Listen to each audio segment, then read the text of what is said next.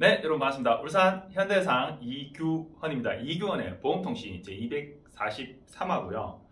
이번 주에 뭘 살펴볼 거냐면 형사합의, 교통사고 형사합의, 피해자 형사합의 뭐 이런 표현을 하더라고요. 이제 틀린 표현이긴 한데 그 얘기를 한번 살펴볼까 합니다. 자, 여러분 형사합의를 왜 할까요? 1번 형사처벌을 받게 됐으니까 형사처벌을 경감하려고. 자, 2번 잘못했으니까. 3번 경찰관이 형사합의 하라던데요. 자, 몇 번이 정답일까요? 느낌상 1번 같지 않나요? 네. 형사처벌을 받게 됐으니까 그 형사처벌을, 내가 받게 되는 형사처벌을 경감, 낮추려고 형사합의를 하는 거죠. 근데 앞뒤가 바뀐 거야. 사람들이 형사합의를 먼저 얘기를 하면서 아니 왜 피해자가 형사합의를 해요? 이렇게 얘기를 하는 거예요. 그게 먼저가 아니죠. 형사처벌을 받냐 안 받냐가 먼저잖아요. 도로교통법에, 교통사고 처리 특례법에, 형사소송법에, 형법에 가해자는 형사처벌하고 피해자는 형사처벌하지 않는다라는 규정이 있어요, 없어요? 그런 말은 없어요. 법에는 뭐라 돼 있냐? 차를 운전하다가 형법 제268조의 죄를 범했을 때, 형법 제268조는 업무상 중과실치사상죄거든요. 업무상 차를 운전한다는 그 업무를 수행하는 중에 사람을 다치게 했을 때, 그때 이 사람을 처벌하는 거에 대한 규정이에요. 근데 내가 가해자로 이렇게 형사처벌을 받게 되는 경우, 피해자로 형사처벌을 받게 되는 경우, 어떤 경우? 자, 가해자, 피해자는, 자, 여러분들 기준을 잡으셔야 돼요. 가해자, 피해자, 이거는 너와 나의 관계잖아요. 민사적인 부분입니다. 민사. 돈으로 해결하는 거. 책임의 소재. 네 책임이 몇 프로, 내 책임이 몇 프로. 민사적인 부분이에요. 내 책임, 예를 들면 저 차 수리비가 100만 원 나왔어요. 나도 수리비가 100만 원 나왔어요. 내 과실이 70%래요. 그럼 어떻게 해야 되죠? 저 차 수리비 100만 원 중에 70%는 내 대물로 70만 원 물어주고, 나머지 30만 원 지가 자차를 들었으면 자차로 할끼고, 뭐 자차 없으면 지가 알아서 할끼고, 나는 하여튼 내 책임만큼. 자, 이 상황에서 내가 가해자죠. 내 차 수리비의 70%는 내 자차로, 70만 원은, 30만 원은 상대방이 대물로 물어줘요. 내가 만약 자차 없으면 70만 원에 대해서 내 돈 내야 되죠. 자, 거꾸로. 내 과실이 20%예요. 상대방 과실 80%. 8대 2면은 과실이 좀 많이 나뉘는 거죠. 자, 상대방이 과실이 80%래요. 그러면 나는 상대방 차 수리비 100만 원 중에 20만 원만 물어주면 되고 80만 원 지가 알아서 할 거고. 자, 내 차 수리비에 80만 원은 상대방이 물어주고 지 과실이 80%니까 20%, 20만 원만 내가 내 자차로 처리하면 되죠. 자차 자기부담금 기본이 20만 원이니까 내가 내 돈 내야 되겠네요. 뭐 어쨌든. 그런데 형사건, 민사건의 당사자는 너와 나입니다. 너와 나. 너와 나인데 보통은 보험을 들어두죠. 그럼 보험자 대위에 의해서 보험회사가 물어주고 어쩌고의 업무를 내 대신 해줍니다. 얼마나 편해.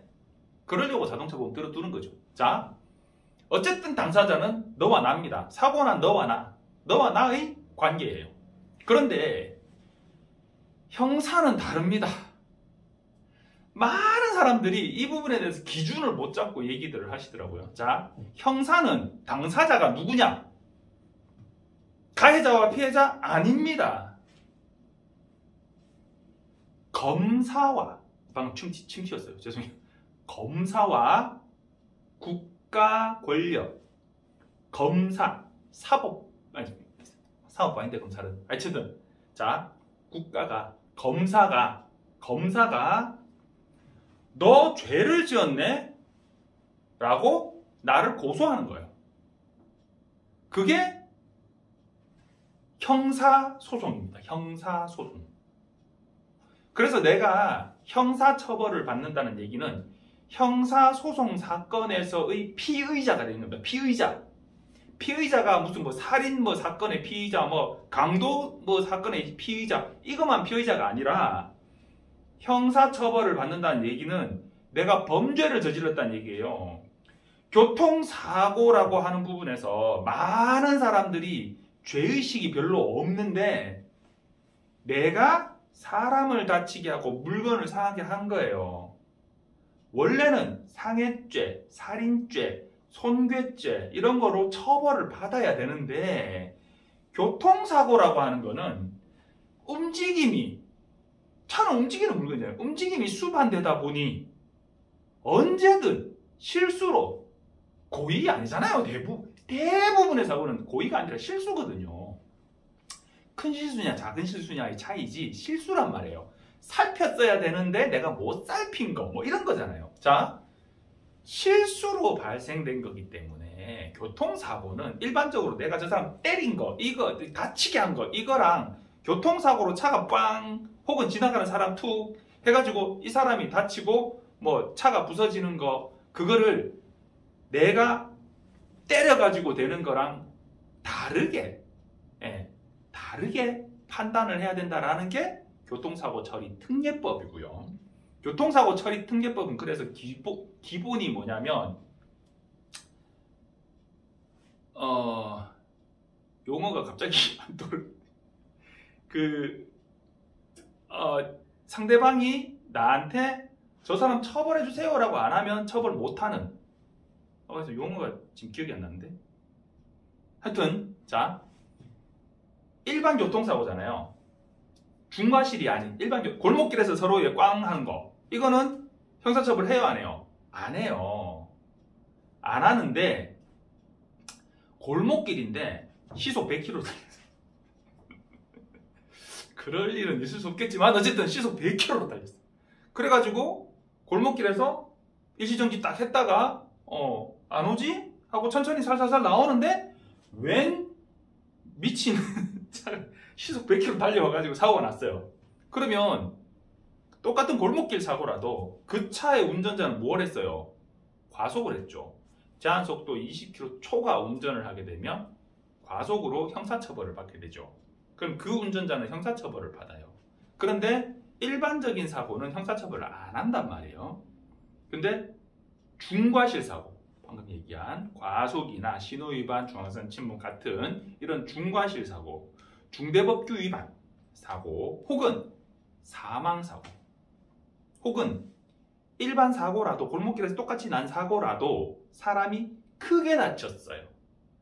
중상해 사고, 불구, 불치, 난치로 표현되는 중상해, 크게 다친, 대충이 아니고 아주 크게 다친 중상해 사고, 혹은 사고 내놓고 도망간 뺑소니 사고, 그리고 뭐 교통사고 별개의 문제라서 잘 제가 언급을 안 하는데 음주 측정 거부 뭐 이런 거, 자 이런 상황이면 형사처벌을 한단 말이에요. 자, 지금 제가 얘기한 중에 가해자는 형사처벌을 한다는 얘기가 어디서 나왔어요? 안 나왔죠.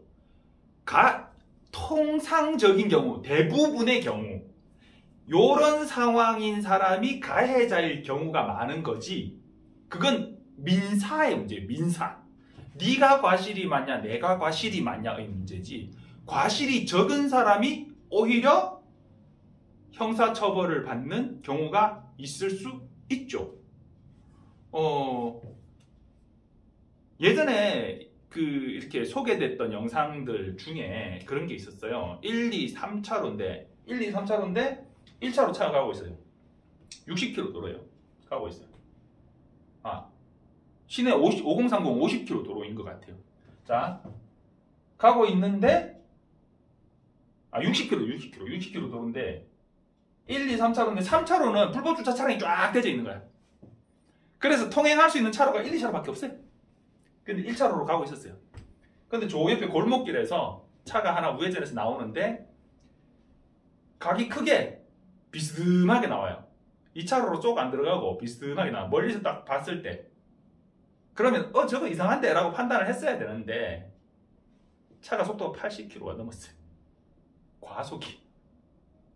그래서 판단도 늦었고 그 차가 1차로로 바로 들어오는 바람에 그 차를 피하면서 막 이렇게 사고가 났어요. 자, 누가 가해자예요? 우회전차가 가해자지 당연히. 우회전차가 2차로로 우회전, 3차로가 불법 주차 차량 때문에 자리가 없으면 2차로로 우회전해야 되는데 바로 3차로로 바로 대우회전 한 거잖아요. 대우회전. 소로에서 대로로 진입하면서 대우회전 하는 그 차를 내가 갖다 박으면 1차로 가고 있는데 3차로에서 2차로 바로 들어온 차를 내가 갖다 박으면 그때 기본과실이 8대2입니다. 8대2. 내가 20%예요. 내가 박은 거 기준으로. 근데 내가 가는데 옆에서 들어와가지고 내 욕구를 박았어. 그럼 부대까지 넘어갑니다. 거기서 들어가면 이제 무과실까지 갈 수 있죠. 그런데 자 8대2 정도 가야 되는 사고예요. 부대까지도 갈 수 있는 뭐 그런 사고입니다. 그런데 내가 뭘 했어요? 과속을 했어요. 중과실은 가산해요. 그래서 뭐 이 한문철 변호사님 TV에 나온 거거든요. 한문철 변호사님 영상에 나온 건데 한 7대3 정도 자기는 생각한다라고 말씀하셨는데 어쩌면 상대방 쪽에서 유능한 변호사 선임해가지고 잘 싸우면 6대4까지도 갈 수 있는 뭐 그런 사고. 어쨌든 뭐가 됐든 내가 40% 30% 20%의 과실을 지는 내가 피해자예요. 피해자인데 과속을 했어요. 상대방 경찰 신고했어요. 그러면 경찰관은 사고를 딱 보면서 뭐라고 얘기해요? 당신은 가해자니까 가해자 안전주의 의무 불이행에 대한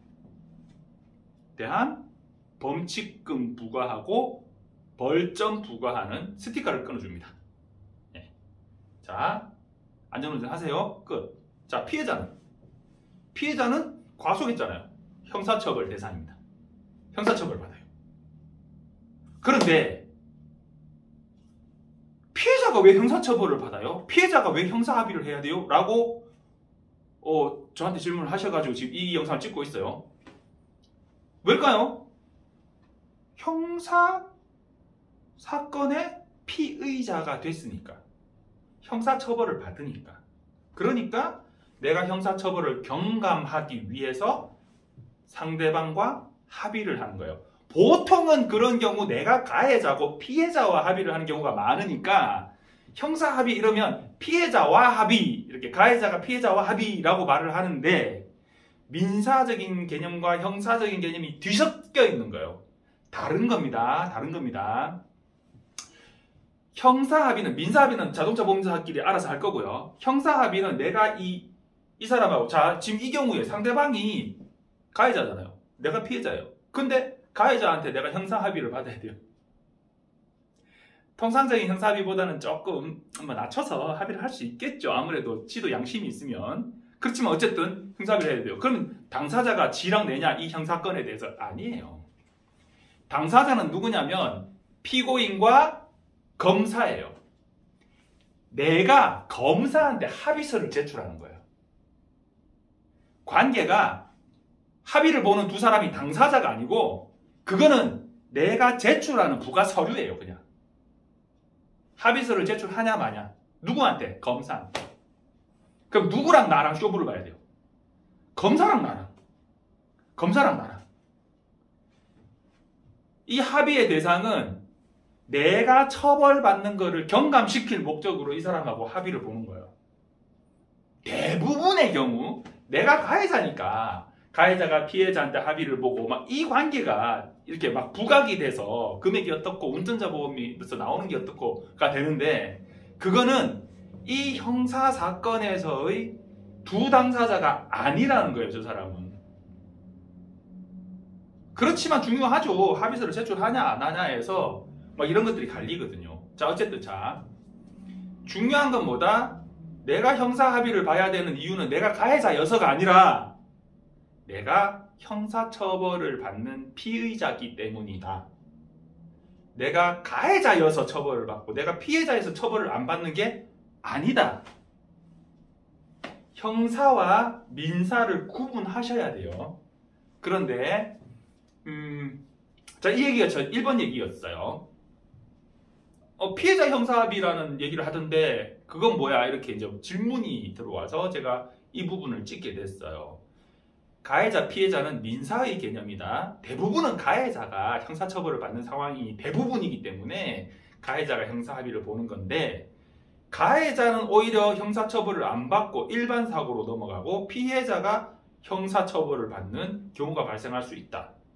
그러니까 피해자가 형사합의를 해야 되는 경우가 발생할 수 있다. 민사적으로는 피해자가 형사처벌을 받는 피의자가 될 수 있다. 피의자 될 수 있다. 우리 사무실에 제가 같이 근무하는 여사님 고객이 이와 비슷한 사고가 지금 발생해가지고 현재 진행 중인데 어떤 사고냐면 오토바이예요. 왕복 10차로 대로예요. 큰 길이야. 쭉 가는데 황색 신호예요. 그냥 좌회전을 돌렸어요. 자기 주장으로는. 근데 황색인지 황색 끝나고 적색이 들어왔는지까지는 모르겠어요. 근데 옆에서 우측에서 좌회전하는 오토바이하고 사고가 난 거예요. 오토바이 사고예요. 사고가 난 거예요.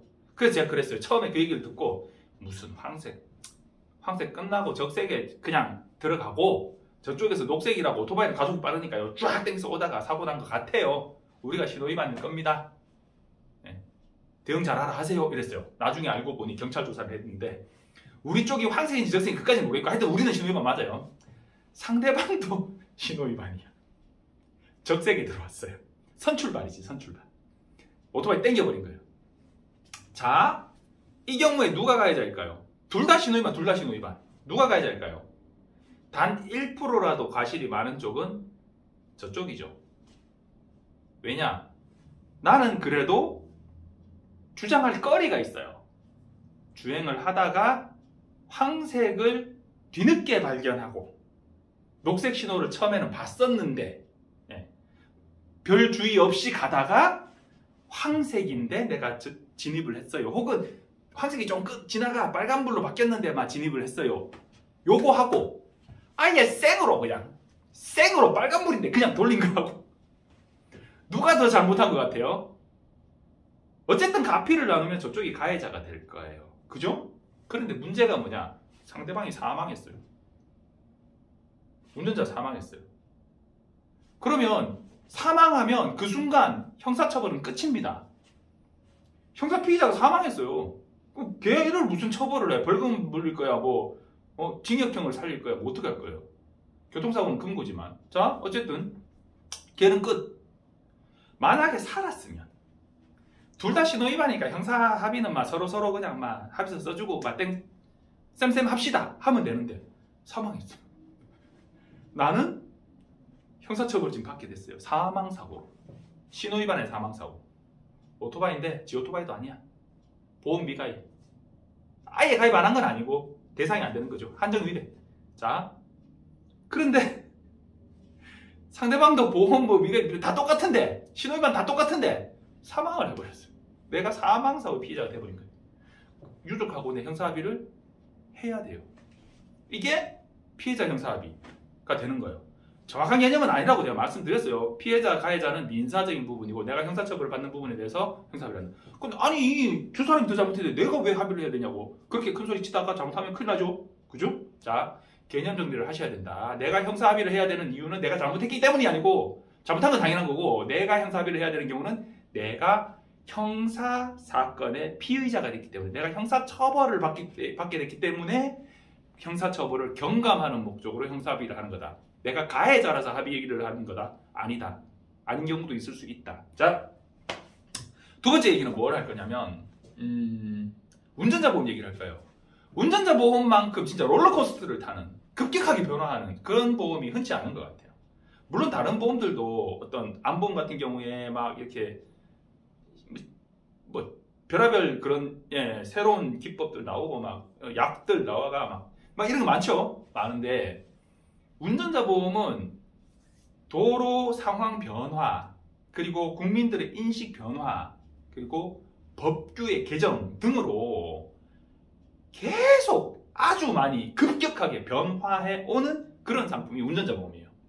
옛날에는 원래 처음에 법이 제정됐을 때는 교통사고 처리법 제정되었을 때는 그때는 중과실이 8개였어요. 8개였는데 점점 늘었어요. 네. 보도침해 9번째로 들어가고 개문발차 10번째로 들어가고 그 다음에 스쿨존 사고 11번째로 들어가고 적재물 고정조치 위반 12번째로 들어가고 그게 이제 2017년이에요. 자, 그래서 현재까지는 이제 중과실 사고는 12개입니다. 그래서 12대 중과실이라고 하죠. 법이 계속 바뀌어요. 예전에 초창기 운전자 보험은 중과실 사고를 딱 정해놨어요. 그래서 10대 중과실 이렇게 해놨어요. 그래서 스쿨존 사고 같으면 이 형사합의금이 안 나와. 그런 보험도 있었어요. 근데 이제는 개정이 됐죠. 그래 아예 그 중대법규 위반으로 사고 나면 준다 이렇게 바뀌었어요. 그게 그 뒤에 13대, 14대, 15대가 추가되더라도 되도록 해놨어요. 근데 운전자분 계속 바뀌어오면서 최근에 뭐가 들어왔냐면 솔직히 말씀드리면 저는 별로 좋게 보지 않는 내용인데요. 그 한문철 변호사님께서 많이 주장하셔서 바뀐 그런 부분도 있어요. 사실 오피니언은 리더시니까. 근데 뭐가 바뀌었냐면 아니 왜 정식 기소된 건에 대해서만 변호사 선임 비용을 줘? 그러면 내가 보호받을 수 있는 권리를 충분히 보호받지 못하잖아. 경찰 조사 단계에서 바로 변호사를 선임해가지고 내가 변호사를 대동해서 가서 조사를 받을 수 있으면 얼마나 좋아. 그것까지 운전자 보험에서 보상해주면 좋잖아 라고 운전자 보험이 바뀐 거예요. 그래서 특약이 개정된 게 있어요. 변호사 선임 비용이 내가 꼭 기소되거나 혹은 정식으로 이렇게 재판이 열려가지고 내가 뭐 구속되거나 뭐 이런 게 아니더라도 형사합의금이 변호사 선임 비용이 나오도록 바뀌었어요. 근데 그게 실제적으로 유용하냐? 아니요. 저는 유용하지 않다고 봅니다. 왜냐하면 자 보세요. 요거는 경찰, 요거는 검찰, 요거는 법원에서 판단하는 거예요. 우리가 경찰서를 갔는데 내가 사망, 중상해, 도주, 12대 중과실, 보험비 가입 등의 사유로 경찰 조사를 받았을 때 경찰이 판단했을 때 그 사고를 이거는 그런 혐의가 인정된다. 하지만 이거 가지고 굳이 형사처벌을 진행할 거는 아니라고 본다. 검찰에 서류를 안 넘기는 거예요. 송치는 넘기는 거고요. 불송치는 아예 서류를 안 넘기고 경찰에서 사건을 종결하는 겁니다. 사건을 종결, 정확한 표현은 수사 종결이죠. 2021년 법 개정으로 인해서 경찰에 수사 종결권이 생겼습니다. 그래서 이거는 형사처벌 진행할 거 아니야. 끝! 경찰이 할 수 있어요. 불송치 딱. 그러면 운전자 보험에서 변호사 선임 비용이 안 나오죠. 자, 이렇게 되는 그런 사고에 경찰이 어지간한 판단으로 사망사고, 중상해, 사람이 불구부치, 난치 막 되는 사고, 혹은 일반이 아니죠. 중과실 사고, 신호위반, 중화침범 뭐 이런 사고. 이런 사고에 검찰로 서류를 안 넘기고 너 그런 사고 맞긴 한데 이건 뭐 처벌할 거 아니네. 불송치 끝. 할 만한 내용이 있을까요? 그리고 아까 전에 말씀드렸잖아요. 나는 과속이에요. 과속이긴 한데 60km 도로에 이렇게 측정을 해보니 82km야. 60km 도로에 80km 초과하면 이제 중과실이거든요. 80km만 돼도 내가 처벌을 안 받을 텐데 82km야. 그래서 내가 이게 중과실로 형사처벌되는 건이에요.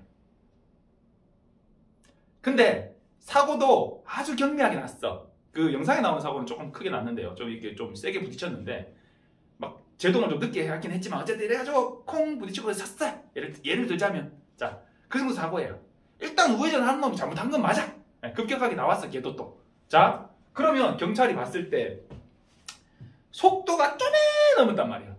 기준을 좀에 넘었어요. 좀에 넘긴 넘었는데 형사처벌 대상이긴 한데 이걸 굳이 형사처벌하는 게 의미가 있는가 해서 피해자도 뭐 아주 경미한 뭐 그런 사고인 경우에 다치긴 다쳤어요.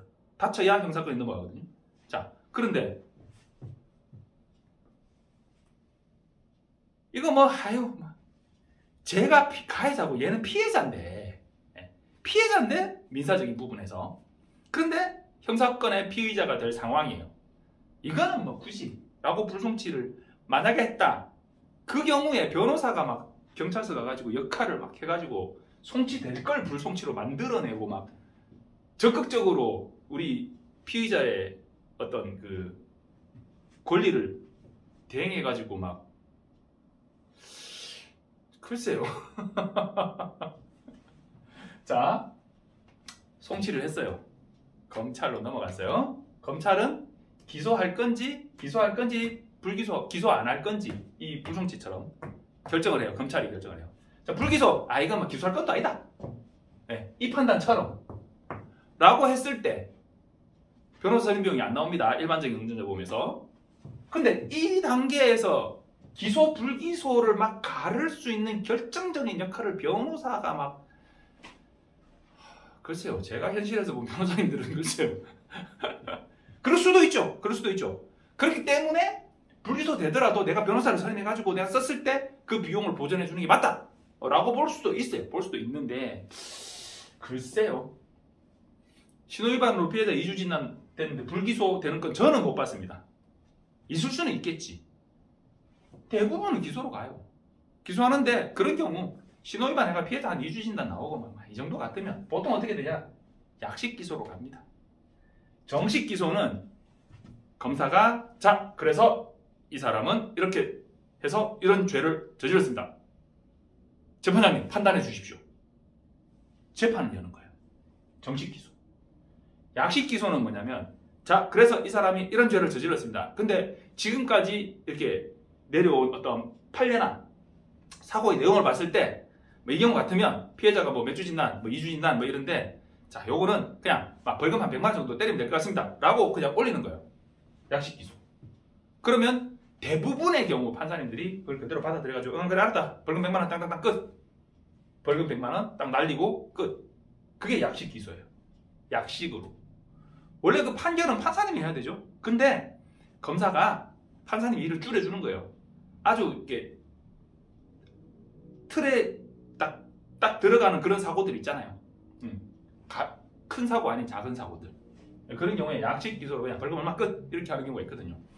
예전에 운전자 보험은 약식 기소되면 변호사 선임 비용이 안 나왔습니다. 그런데 약관이 또 바뀌었어요. 어떻게 바뀌었냐? 예전에는 약식 기소를 올렸다가 법원에서 야 이거 약식 기소 벌금 100만 원 때려가 될 일이 아닌데 이거 정식 재판 열어야 될 것 같으니까 정식 재판 일정 잡아서 다시 정식으로 진행하자 라고 요거를 뒤집었을 때 그때 변호사 선임 비용이 나와요. 근데 내가 약식 기소 나왔으면 벌금 내면 땡인데 내가 거기에 불복해가지고 정식 재판을 열어주세요. 억울해요. 벌금 이거 이만큼 많이 나올 일이 아니에요. 라고 내가 정식 재판을 청구했을 때 약식 기소에 불복해가지고 내가 청구했을 때 그때는 변호사 선임 비용 안 주겠다는 거예요. 네가 그 일 만들었네 해가지고 안 주겠다고 했는데 예전에 지금 변호사 선임 비용에서는 내가 불복해서 정식 재판 청구했어도 변호사 선임 비용은 나옵니다. 나와요. 그럼 자, 요 경우에는 안 나오는데 요거를 불복해가지고 정식 재판 열어주세요라고 하면 나온다. 정식 기소된 거면 당연히 나온다. 이런 거 다 떠나서 구속됐다. 그럼 당연히 나온다. 구속되면 정식 기소 된다는 얘기죠. 구속시켜놓고 뭐 너 벌금 얼마 이럴 일은 없잖아요. 그죠? 구속되면 적어도 정식 기소로 일단 간다는 얘기니까. 자, 구속되거나 정식 기소 되면 나오는데 약식 기소에서도 내가 불복해가지고 정식 재판 열어주세요라고 한 경우에 변호사 선임 비용이 나온다. 요거는 안 나온다. 자, 법원으로 갔어요. 요게 문제예요. 요게. 판사님 봤을 때 이거 일단 유죄는 인정이 돼. 요거 말고 무죄가 있죠. 무죄. 판사님 딱 봤을 때 이거 이렇게 올라왔는데 검사가 이걸 지금 기소하기는 했는데 내가 봤을 때는 이거 이래가지고 이거 그냥 너 무죄. 그 혐의가 있다라는 거거든요. 검사는 무죄 추정의 원칙 아시죠? 이 사람이 이 죄를 저질렀어요. 그래서 이 사람은 범죄자예요. 이게 아니고 이 사람은 이런 범죄를 저지른 내용이 있다. 이 사람이 범죄자라는 게 의심된다. 피의자예요. 그래서 기소를 한 거예요. 자, 판사님 판단을 내려주세요. 근데 판사가 보니까 네가 지금 기소를 하긴 했는데 이건 아닌 것 같아. 무죄. 검사가 기소한 건에 대해서, 그 건에 대해서 이 사람이 책임이 하나도 없다. 그게 아니라 요 건에 대해서 특정범죄 가중처벌 등에 관한 법률 혹은 교통사고 처리 특례법 혹은 도로교통법 위반이라고 이렇게 올렸는데 보니까 그건 아닌 것 같아. 무죄. 그게 법원에서 내리는 제일 깔끔한 결론인데 제일 우리한테 유리한 결론인데 그거 말고 선고유예가 있어요. 죄를 저지른 건 맞아.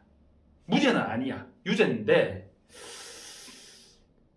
이건 좀 애매하네. 기회를 줘야 될 것 같은데 그럴 때 선고유예를 해요. 보통 1년 미만의 형이 이제 선고될 정도의 내용일 때 선고유예가 가능합니다. 그런데 기간은 얼마나 두냐? 2년을 둬요. 그러면 얘가 한 1년 정도 이렇게 금고형을 내릴 수 있는 상황인데 1년 뭐 6개월 뭐 이렇게 금고형을 내릴 수 있는 상황인데 금고 집행유예 이런 거 내릴 수 있는 상황인데 근데 선고유예를 해가지고 2년이 지났어요. 2년이 지나면 어떻게 되냐? 무죄가 되는 거예요. 그게 선고유예예요. 그런데 그게 아니라 벌금이나 금고가 이제 선고가 돼요. 벌금 얼마? 뭐 금고 너 6개월 이렇게 우리 도로교통법에 교특법에 형법에 자 벌금 2천만 원 이하의 벌금 교통사고 금고 5년 이하의 금고라고 되어 있고요. 스쿨존 사고에 대해서 특별히 3천만 원 이하의 벌금으로 별도로 규정되어 있죠. 스쿨존 사고가 아니라면 벌금 금고 2천만 원 이하의 벌금 또는 5년 이하의 금고로 되어 있는데 벌금은 벌금 내라 끝인데 금고는 또 요게 있어요. 집행유예가 있어요. 금고 6월에 집행유예 2년 이런 식으로 선고를 하게 되면 네가 6개월간 안에 들어가서 살아야 되는데 그 들어가서 사는 그 형의 집행을 미뤄줄게. 2년간. 그 안에 네가 특별히 사고를 치지 않으면 6개월 살은 걸로 해줄게. 그게 집행유예예요. 그러면 내가 돈이 없어. 벌금보다 오히려 집행유예 되는 게 더 낫겠네. 이런 사람이 있을 수도 있어요. 진짜 형편 어려운 사람, 운전자 보험도 없고. 벌금 500만 원 묻고 죽을라 해도 벌금 500만 원 없습니다. 이런 사람이 있을 수 있어요. 그런 사람은 오히려 집행유예 나오는 게 더 유리할 수도 있어요. 근데 대부분은 집행유예보다 벌금형이 더 낫다고 얘기를 해요. 왜냐? 처벌이 더 큰 거잖아요. 이것도 형사처벌, 이것도 형사처벌인데 예를 들면 이런 거예요. 이 사람이 징역을 10년을 살았대. 근데 이 사람이 징역을 3년을 살았대. 누가 더 나쁜 놈 같아요? 10년 산 사람이 더 나쁜 놈 같잖아요. 벌금형이냐 집행유예냐의 차이도 그런 식으로 얼마나 더 나쁜 짓을 한 거야의 기준이 될 수 있거든요. 그래서 벌금으로 만들려고 집행유예 안 만들고 벌금 만들려고 변호사 쓰고 막 이런 경우도 많이 있어요. 요 경우는 당연히 변호사의 역할이 중요하죠. 그죠? 금고도 금고 2년, 뭐 금고 1년 뭐 이렇게 나오는 것보다는 조금 줄여가지고 금고 뭐 6월, 금고 8월 뭐 이런 8월은 잘 모르는데 하여튼 그렇게 되는 게 이왕이면 좋잖아요. 그럴 때 내가 내 주장을 정확하게 법에 맞춰서 하기가 쉽지 않으니 법률 대리인 변호사의 조력을 구해서 이런 부분에 대응을 하는 거죠. 이거 나올 거 이거 나오게. 혹은 벌금도 조금 더 줄일 수 있게. 어떻게 하면 줄일 수 있을까요? 합의를 봐야 되는데 뭐 이래가지고 변호사의 조력을 받는 부분이 필요하죠. 2단계에서는 당연히 정식 기소로 가서 이렇게 되는 거니까 변호사 선임비용이 나와야 되는 게 맞아요. 그런데 불송치는요. 용어는 있는데 될 가능성이 그렇게 높지 않아요. 기본적으로 송치됩니다. 기본적으로는 송치됩니다. 송치되고 검찰에서 불기소 솔직히 말씀드릴게요. 큰아버지가 검찰총장이면 저런 거 나올 수 있어요.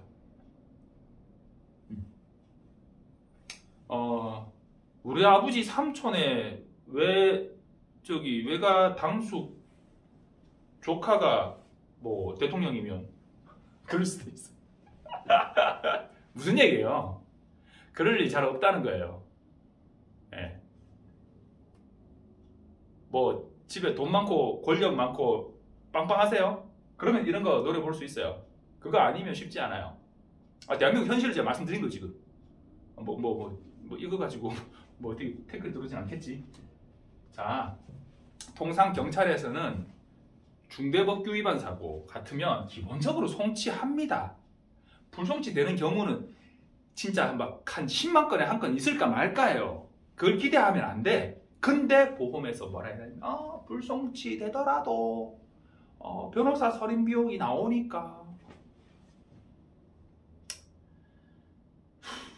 제가 요걸 좀 알아보고 싶어요. 네. 그래요. 자, 그러면 기본적으로 송치된다. 경찰 단계에서는 송치된다고 보고 검사한테 넘어갑니다. 자, 검사가 기소를 할 거지. 이거 잘 없다고 했잖아요. 자, 중대법규 위반이에요. 신호위반 사고로 사람이 이주진단에 나왔어요. 근데 그걸 기소를 안 한다고? 검사가? 참. 기소를 합니다. 어떻게 하냐? 통상 그런 사고 같으면 양식 기소로 끝나요. 근데 우리 고객님이 2022년 작년 12월 29일 날짜도 아니에요. 이제 2022년 12월 29일 날 신호위반 사고로 상대방 오토바이 운전자를 10주 진단이 나오게 만들었어요. 근데 연세도 많아요. 76이. 우리 운전자분이. 나이도 많고. 그러니까 신호위반도 아까 얘기한 거 있잖아요. 황색 신호에서 적색으로 바뀌었는데 막 그냥 멀리서 그냥 녹색 신호 그것만 보고 그냥 오다가 앞에 차, 저 앞에 가는 차 1차로에 1, 2차로 동시 좌회전이거든요. 저 앞에 가는 차가 황색 바뀌었는데 적색으로 딱 바뀌는 순간 얘가 딱 정지선 통과해서 가버렸어요. 얘도 신호위반이지. 근데 그냥 그 차 이렇게 가는 흐름만 생각하고 그냥 온 거예요. 빨간불 바뀌었는데 별 생각 없이 가는데 맞은편 차가 오니까 사고가 났어요. 그러니까 신호위반이긴 한데 그 죄질이 아주 중하다 정도까지는 아닌 거죠. 아, 이렇게 사고가 났구나가 이해가 되는. 그렇지만 신호는 잘 지켜야 되는데 못 본 거니까 잘못한 건 맞아요. 근데 10주 진단이에요. 양식 기소 될 거라고 봤거든요. 벌금 나고 끝날 거다라고 봤는데 검사가 경찰 조사 단계가 50일 정도 걸렸어요. 그래서 송치했어요. 검사한테 10주 진다니까 불송치 될 일은 절대 없죠. 때려 죽여도 없죠. 자, 했어요. 기사가 이걸 검사가 불기소, 무슨 소리에 기소하지? 양식 기소하지 않을까 했는데 정식 기소를 딱 때려버렸어요. 딱 열흘 만에 검사가 908 딱 공판을 청구합니다.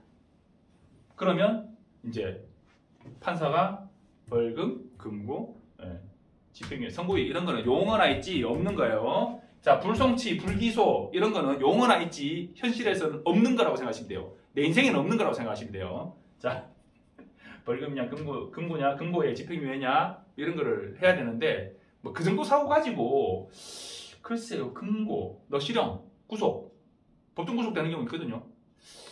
거기까지는 가지 않을 것 같고 집행유예가 나오거나 벌금이 나오거나 정도의 상황이었는데 이왕이면 제가 아까 말씀드렸잖아요. 이런 것보다는 벌금이 낫잖아요. 그래서 피해자하고 형사 합의하고 변호사 선임해서 대응하고 막 진행을 했거든요. 그럴 때 변호사가 매우 유용하죠. 업무를 다 해주잖아요. 뭐 집행유예 나올 걸 벌금으로 만들어주고 그러한 기대보다도 법률적인 그런 내가 해야 될 거를 다 챙겨서 해주잖아요. 얼마나 고마워요. 근데 내 돈이 드냐? 운전자 보험 들어있어요. 운전자 보험으로 하는 거죠. 자, 그런데 운전자 보험에서 2단계에서 이거 불기소 말고 이런 거 변호사 선임 비용 나온다고 막 홍보를 해요. 그게 막 홍보까지 할 일이냐? 아니거든요. 그런데 있으면 좋은 거냐? 그건 맞아요. 있으면 좋은 거예요. 보험료가 엄청나게 차이 나냐? 뭐 그것도 아니야. 그러면 있으면 좋은 거긴 한데 보험회사가 너무 좀 과장 광고 사고를 하는 경향이 있어요. 불송치되거나 불기소 혹은 약식기소 됐을 때 약식기소 돼가지고 내가 이제 다시 재판 정식으로 청구합니다 안 하고 그냥 약식기소 끝나거나 이렇게 됐을 때 변호사 선임 비용을 주겠다라고 했는데 얼마를 주냐. 이런 사고는 작은 사고잖아요. 보통 피해자의 피해 정도가 작은 사고라고. 피해자의 피해 정도가 작은 사고에서 얼마를 주냐. 중과실 사고. 사망 사고는 이런 거 안 나와요. 사망 사고에 이런 거 나올 일은 때려 죽여도 없습니다. 없고 중과실 사고에서 피해자의 피해 정도가 좀 작을 때 이런 게 나올 수 있단 말이에요. 나올 수도 있단 말이에요. 통상적으로는 이걸로 그냥 가버리는데 정미한 사고라 하더라도 근데 이런 게 나올 수도 있죠. 자, 그렇게 되면 어떻게 되냐. 1, 2, 3급은 중상해니까 제끼고 4에서 7급 정도 부상, 자동차 부상 등급이 1급에서 14급까지 있거든요. 통상적으로 교통사고 나가지고 아이고 무기야 아이고 허리야 병원 가면 그냥 최대 12급에서 14급 정도 나옵니다. 네. 경상으로 분류되는 그 급수가 나와요. 교통사고 나가지고 막 잠깐 정신을 잃었다든지 막 구토 증상이 막 있다든지 막 좀 심한 거죠. 그 정도 가면 이제 11급으로 올라갑니다. 거기서 골절 막 이렇게 올라가는데 8급에서 14급 정도 뇌진탕 뭐 이런 거 있잖아요. 8급에서 14급이면 형사합의금 얼마 나오냐? 아니 변호사 선임비용 얼마 나오냐? 500만 원 나옵니다. 500만 원. 다른 거는 막 5천만 원, 3천만 원 막 이렇게 준단 말이에요. 500만 원 나옵니다. 변호사들이 선임하려고 할까요? 하지 당연히. 500이 어디고? 이런 간단한 사고에 저거 할 일도 없는데 큰 의미가 있다 없다? 없다. 그렇지만 새로 만들어졌다. 보험회사는 연락에 홍보한다. 거기에 혹해서 할 것까지는 없지만 거기에 혹한다는 얘기는 운전자범이 없거나 아주 옛날 거거나 그러면 갈아탈 의미가 있다. 그것 때문에 운전자범에 관심이 생겼다? 그것도 긍정적인 효과다. 자, 제가 말씀드릴 건 여기까지고요. 한 가지만 더 말씀드릴게요. 오늘이 토요일이에요. 2023년 4월 22일 토요일입니다. 자, 오늘 무슨 일이 생겼냐? 경찰청에서 우회전, 신호위반, 일제 단속을 시작하겠다라고 시행한 첫날이에요. 뉴스가 막 나와요. 제주도에서 전화가 왔어요. 어우. 야! 뉴스에서 우회전하면 큰일 난다고 얘기하는데 그럼 도대체 언제 우회전해야 돼? 빨간불에 우회전하면 안 된다는데? 오마이갓. 자, 제가 많이 말씀드렸잖아요. 내가 우회전을 할 거예요. 여기 교차로를 가기 전에 횡단보도가 있어요. 통상적인 그냥 교차로라고 봅시다. 횡단보도가 있어요. 우회전을 딱 돌려서 만나는 횡단보도가 있어요. 여기 횡단보도를 1번, 여기를 2번이라고 칩시다. 자, 내 차량 신호는 이때는 상관없어요. 2번에서는 상관없어요. 1번일 때 이 차량 신호하고 연결이 됩니다. 자, 정리해드렸어요. 자, 1번. 전방에 빨간불이에요. 그럼 이 횡단보도 신호가 의미가 있어 없어? 없어요. 없어요. 전방에 빨간불이에요. 그러면 횡단보도 앞 일시정지선에 정지하는 겁니다. 횡단보도 신호가 뭐가 됐든 횡단보도 신호가 여기서 개입될 문제가 아니라니까. 빨간불이면 일단 서는 거예요. 섰어요. 그 다음에 뭐 해야 돼요? 횡단보도 신호를 봐요. 횡단보도 신호가 빨간불이에요. 그러면 우회전 돌아요. 횡단보도 신호가 녹색이에요. 그러면 보행자가 있나를 봐야 돼요. 보행자가 건너고 있거나 건너려고 하는 사람이 있거나 그러면 계속 서 있어야 돼요. 근데 건너고 있는 사람도 없고 건너려고 하는 사람도 없고 보행자 신호가 비록 녹색이긴 하지만 그러면 지나가도 된다. 경찰의 입장이에요. 그거를 굳이 단속하진 않을게. 단 일시정지는 하고 지나가도 된다. 일시정지 안 하고 그냥 지나가면 신호 위반이다. 지나가도 되는데 다만 여기가 녹색이라는 얘기는 여기서 이쪽으로 오는 신호가 녹색이라는 얘기잖아요. 여기서 일시정지 했다가 출발했다 하더라도 여기서 오는 차량 사고 나면 너 신호 위반이다. 라는 거예요. 굳이 이것까지 우리가 단속하고 그러진 않겠는데 정상 진행하는 차량 혹은 여기서 좌회전할 수도 있죠. 여기 보행자 신호라도 여기서 좌회전할 수도 있어요. 그럴 수 있어요. 좌회전하거나 직진하는 정상 신호에 진행하는 차량을 네가 주의해서 우회전을 해라. 자, 빨간불이면 서야 돼요. 섰는데 여기가 빨간불이에요. 횡단보도 빨간불이에요. 그러면 우회전하면 돼요. 요거 지나가면 돼요. 빨간불이라서 섰는데 얘가 녹색이에요. 그럼 보행자를 봐야 돼요. 보행자 신호를 봐야 돼요.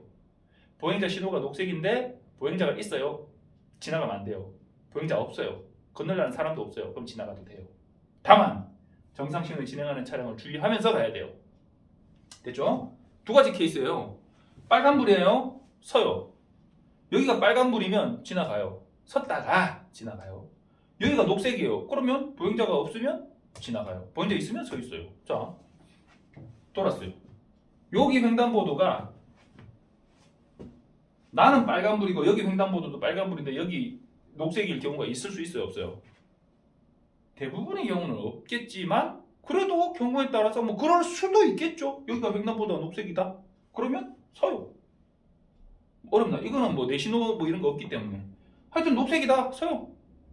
횡단하는 사람이 있거나 횡단을 하려는 사람도 있다.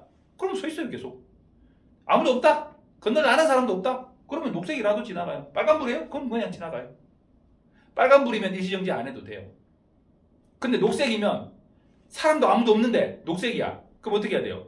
일단 일시정지 했다가 없는 거 확실하지? 그리고 가야 돼요. 그래 봐야 여기서 살살살 돌아왔잖아요.